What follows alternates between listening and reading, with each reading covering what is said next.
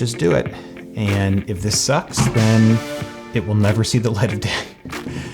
I'm the only one who will ever see this. All right, stop stalling, just do it.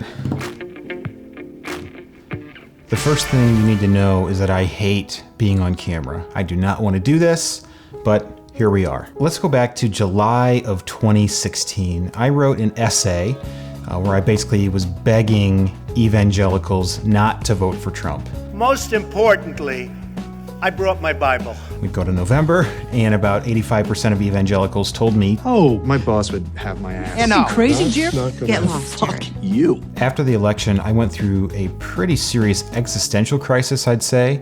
I had already sort of walked away from the faith or was leaving aspects of the evangelical faith that I was raised with, but I couldn't even comprehend that so many evangelicals would just, as much as I had been walking away before, that really dropped like a nuclear bomb into everything that I had been thinking and feeling at that point. What is happening?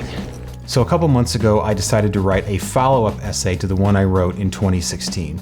I spent a couple weeks writing it and putting it together, and then I didn't do anything with it because, first of all, it was really long. It's like 2,500 words. And even though it said all the things that I wanted to say, there are just so many words out there.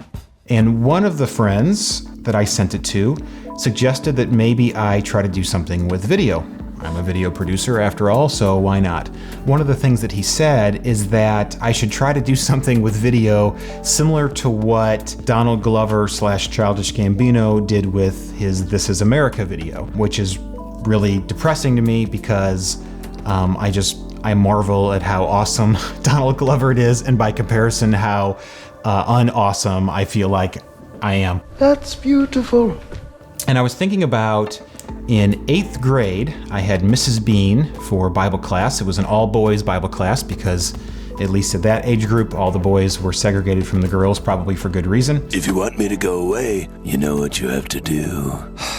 Jerk off. Jerk off, yeah, exactly. And one of the things that we had to do in that class was called object lessons.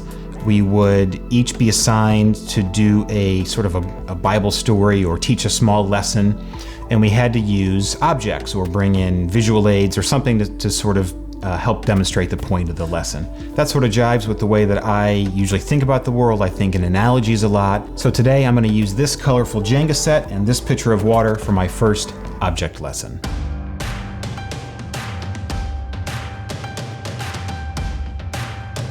This first one has very little or actually nothing to do with the essay that I wrote, Trump and all that stuff. This has more to do with my faith and sort of what I've been wrestling with over the last couple years.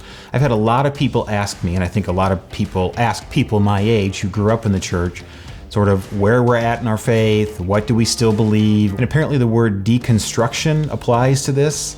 I guess a lot of people have been doing this thing where they take their faith and they deconstruct it, analyze all the pieces when they're on the table, and see what's left. Get the glue. We're out of glue.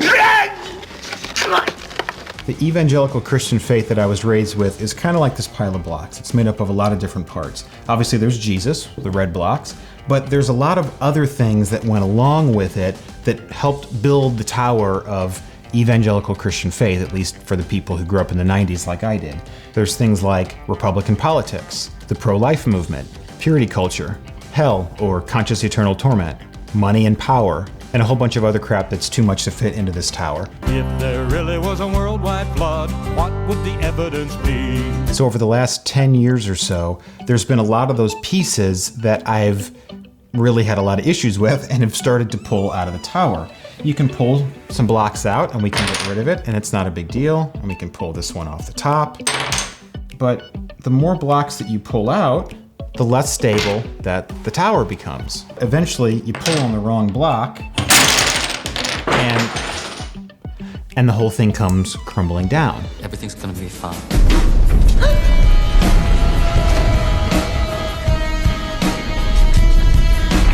We have all of these pieces laid bare on the table. What am I supposed to do with them? They're there. It's not like they all just go away, but there's not really much of a tower anymore. So this is sort of the struggle. What a lot of people have told me and others who've gone through the same process is essentially you gotta just take all the good blocks, take all the Jesus stuff, and get rid of all the other crap. Yeah, maybe Republican politics was, they got a little too into that in the 90s, but you gotta just keep Jesus, and we'll pull Jesus out, and we get rid of all the other stuff, and we have a nice, clean Jesus pile. Peter, look over there. Is that Jesus?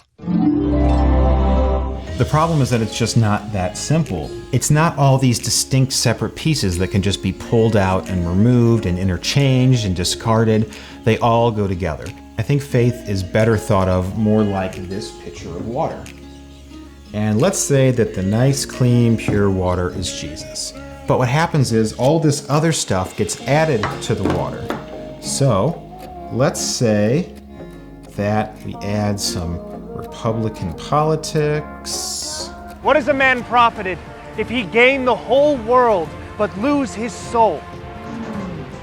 A lot. He has profited a lot.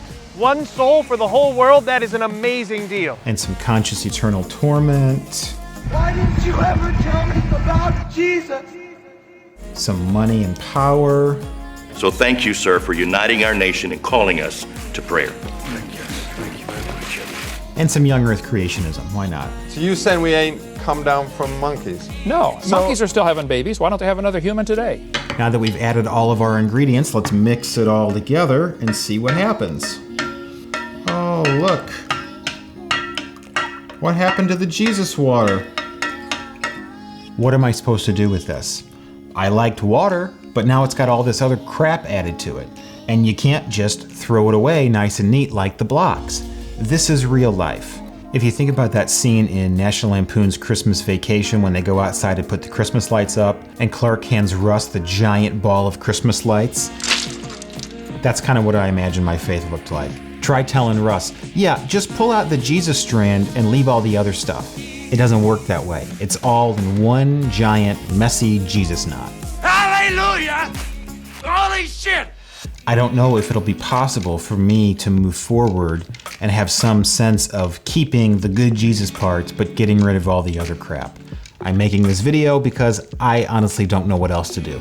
There's probably some other people out there who feel the same way. Maybe they'll see this and maybe that'll help make sense. I don't know, but for now, this is the best I've got. So hope you enjoyed today's object lesson.